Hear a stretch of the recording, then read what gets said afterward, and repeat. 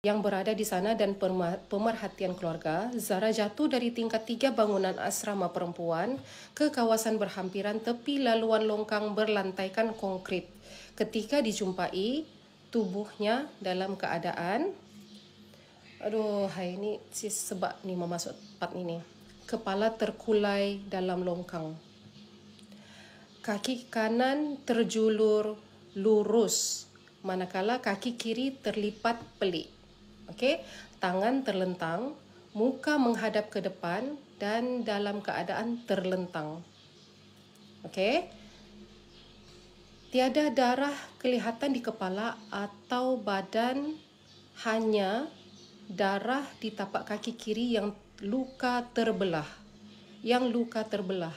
Begitu. Okey, namun kecederaan dalaman sangat teruk.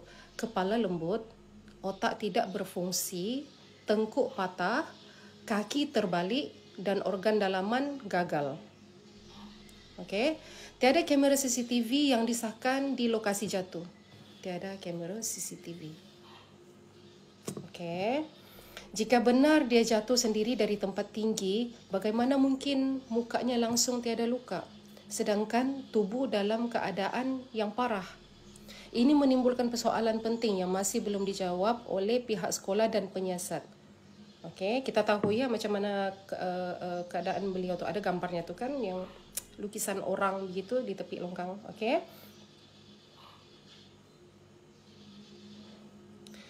Baik, nombor 4. Kita sambung lagi ya.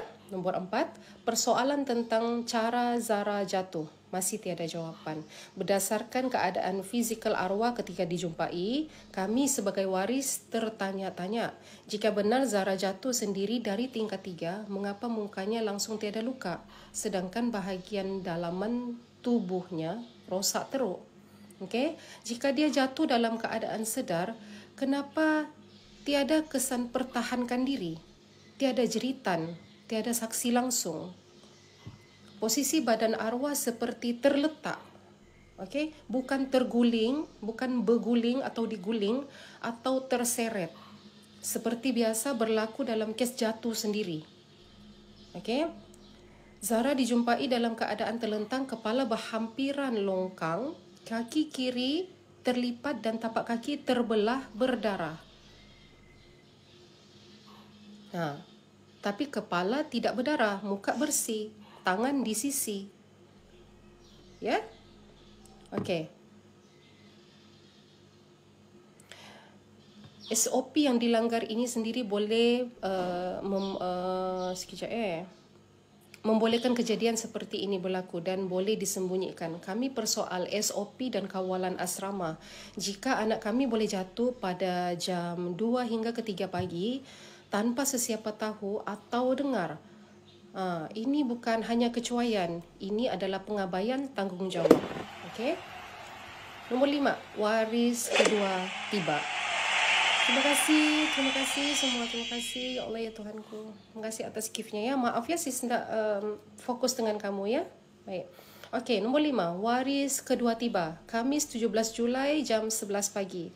Saya, waris yang menulis sini, saya waris kedua tiba dari Kuala Lumpur terus ke Sabah jam 11 pagi dan terus ke hospital. Di sana doktor maklumkan bahawa Zara tidak lagi berfungsi. Otaknya brain death. Okey, otaknya sudah mati. Kecederaan sangat serius. Okey, tengkoraknya pecah. Kepala lembut berair bila disentuh. Okey, tiada darah keluar dari kepala, hanya dari kaki. Okey, tengkuk seperti patah. Saraf tunjang belakang dipercayai terputus atau rosak teruk akibat impak. Berkemungkinan besar menyebabkan kelumpuhan dan kegagalan fungsi sistem utama. Okey, tangan dan kaki patah, kaki kiri terkehel dari buku lali. Tapak kaki kiri luka berdarah. Terbelah dan berdarah. Organ dalaman gagal, jantung membengkak. Okey. Doktor turut memaklumkan kemungkinan besar berlaku pendarahan dalaman dipercayai akibat arteri utama di bahagian pinggang terputus. Walau bagaimanapun, tiada darah keluar secara luaran, darah yang berkumpul dalam rongga dalaman sehingga menyebabkan kegagalan organ dan pembekakan jantung. Ya.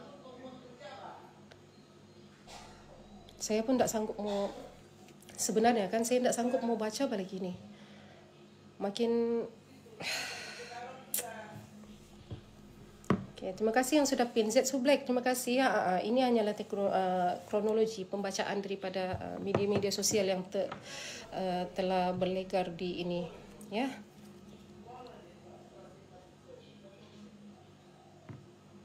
Ada yang mahu saya sambung?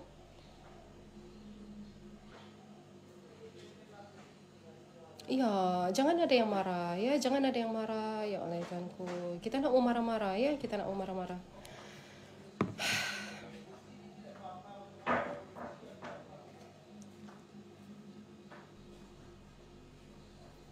Okey. Doktor sahkan, okey, kalau hidup pun Zara akan kekal seperti mayat. Okey. Nombor 6, cubaan pengetua sekat laporan polis di hospital, Khamis 17 Julai 2025. Semasa di hospital, pengetua sekolah telah memujuk ibu kandung Zara agar tidak membuat laporan polis dengan alasan tak perlu puan buat laporan, sekolah dah buat. Dia kata begitu, okey. Ibu masih dalam keadaan trauma, tidak stabil emosi dan pengetua mengambil kesempatan situasi itu untuk menekan ibu secara halus. Okay. Namun begitu, selepas waris kedua tiba dari KL pada hari yang sama, Khamis, okay, waris akhirnya mengambil keputusan untuk buat laporan polis pertama secara rasmi. Okay. Ya. Nombor 7, keputusan henti mesin oksigen. Okay. Pada jam 4.30 petang, doktor memanggil ibu dan saya untuk berbincang. Kami akhirnya bersetuju menghentikan mesin pernafasan Zara. Okay. Nurse tanya, okay, ini nurse tanya ya. Nurse tanya, boleh kami teruskan ke puan? Saya hanya mampu menangis. Saya lihat satu persatu wayar dicabut. Hati saya hancur. Saya ajar anak saya mengucap, tapi suara saya tersesak sampai saya sesak nafas.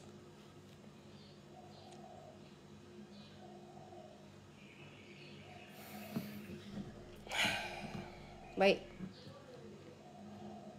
Saya sambung ya. Nombor 8.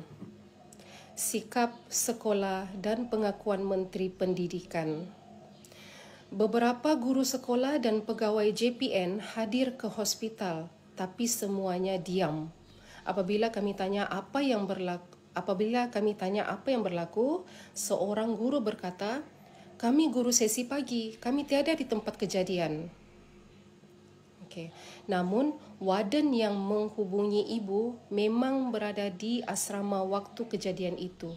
Ada bersama dalam wad melawat. Warden yang menghubungi ibu arwah itu ada di dalam wad ya. Tetapi memilih untuk berdiam diri apabila saya bertanya. Kebanyakan guru-guru yang datang melawat lebih kepada mengambil gambar arwah terbaring di katil berbanding untuk menenangkan waris. Diorang ambil gambar, diorang sampai ambil gambar. Tapi tidak menanya kabar lah, ya. Okey. Apabila kami desak jawapan, Menteri Pendidikan YB Fadlina Siddiq yang kebetulan datang melawat ke hospital. YB Fadlina ya, dia ada datang melawat ke hospital. Beliau sendiri menjawab, "Saya yang arahkan pihak sekolah supaya tidak beri sebarang maklumat kepada waris kerana kes masih dalam siasatan. Ini mengejutkan kami kerana ia bermaksud maklumat ditahan secara arahan rasmi, bukan dari polis." Nombor 9. Cadangan sekolah yang tidak wajar. Ketika kami sedang uruskan jenazah, Wakil sekolah mencadangkan agar jenazah dibawa ke sekolah untuk disolatkan dan diberi penghormatan. Saya marah dan jawab, anak kami bukan anak kucing. Bukan barang patung pameran untuk diusung ke hulur ke hilir. Dia mati dalam jagaan kamu. Kamu tak layak usung jenazah dia ke sekolah untuk tatapan. Okey.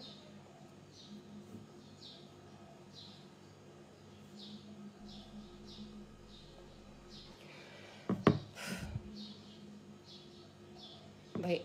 Nombor 10. Urusan jenazah dan pengebumian. Kami putuskan mandi jenazah Zara di hospital, solat jenazah di hospital, bawa pulang ke kampung malam itu juga. Solat sekali lagi di kampung dan dikebumikan sekitar jam 11 malam. Walaupun pada awalnya ibu kandung berat untuk kebumikan malam itu kerana masih tak puas menatap wajah anaknya. Okey, saya pujuk ibu kandungnya agar redha. Barulah ibu merelakan. Jenazah Zara sangat lembut, wajahnya bersih, tersenyum. Kami tahan air mata saat mandikan dan kafankan dia. Kami mahu dia pergi dalam damai. Kami redha, tapi kami tidak akan biarkan kebenaran dikubur bersamanya.